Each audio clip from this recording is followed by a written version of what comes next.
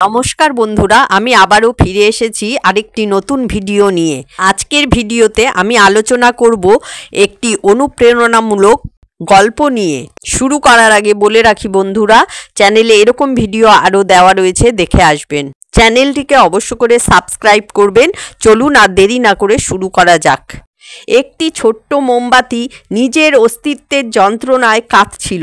তার ভেতরের সুতো, যার কারণে সে জ্বলছিল, তাকে সান্ত্বনা দিল। জ্বলছি তো আমি, তুমি কাঁদছো কেন? মোমবাতি বলল, আমি কাঁদছি কারণ আমি দ্রবীভূত হচ্ছি, নিজেকে গলিয়ে দিচ্ছি। আমার অস্তিত্ব ধীরে ধীরে মুছে যাচ্ছে, এত কষ্ট হচ্ছে, এত যন্ত্রণা হচ্ছে। সুতোটি বলে উঠল, তুমি ভুল ভাবছো মোমবাতি, তুমি তো নিজেকে গলিয়ে দিচ্ছ না, বরং তুমি নিজেকে উৎসর্গ করছো। তোমার আত্মত্যাগের মাধ্যমে আলো ছড়াচ্ছে, অন্ধকারকে দূর করছো। তোমার দহন তোমার শেষ নয়, বরং তোমার জীবনের সার্থকতা। মোমবাতি এখনও কিছুটা দুঃখিত ছিল, কিন্তু আমার অস্তিত্ব? সুতোটি গভীরভাবে বলল, তোমার অস্তিত্ব শেষ হচ্ছে না মোমবাতি, তুমি রূপান্তরিত হচ্ছ। তোমার আলো অন্যদের পথ প্রদর্শন করছে, তাদেরকে এগিয়ে যেতে সাহায্য করছে। তোমার আলোতে অনেকেই স্বপ্ন দেখছে, আশা করছে।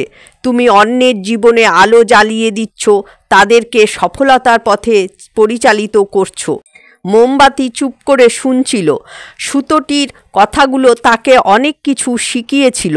সে বুঝতে পারল যে আত্মত্যাগ সর্বোচ্চ আনন্দ। নিজেকে অন্যের জন্য উৎসর্গ করা, তাদেরকে সাহায্য করা, তাদেরকে সফল করে তোলা, এটাই সত্যিকারের জীবন। এই গল্পটি আমাদের সকলকে অনুপ্রাণিত করে।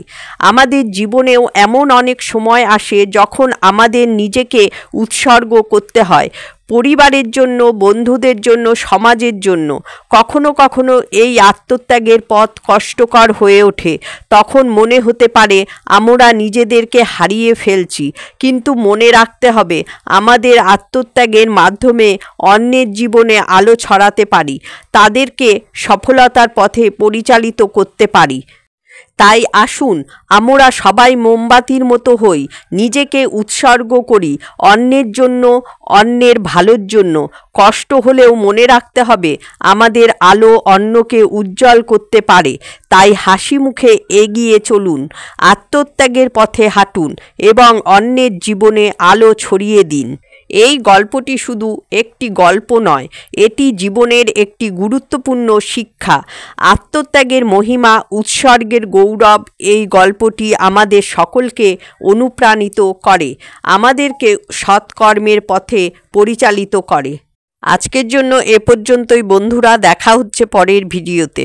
চ্যানেলটিকে অবশ্য করে সাবস্ক্রাইব করুন এবং বাকি ভিডিওগুলো দেখে আসুন। সকলেই ভালো থাকবেন, সুস্থ থাকবেন। ধন্যবাদ।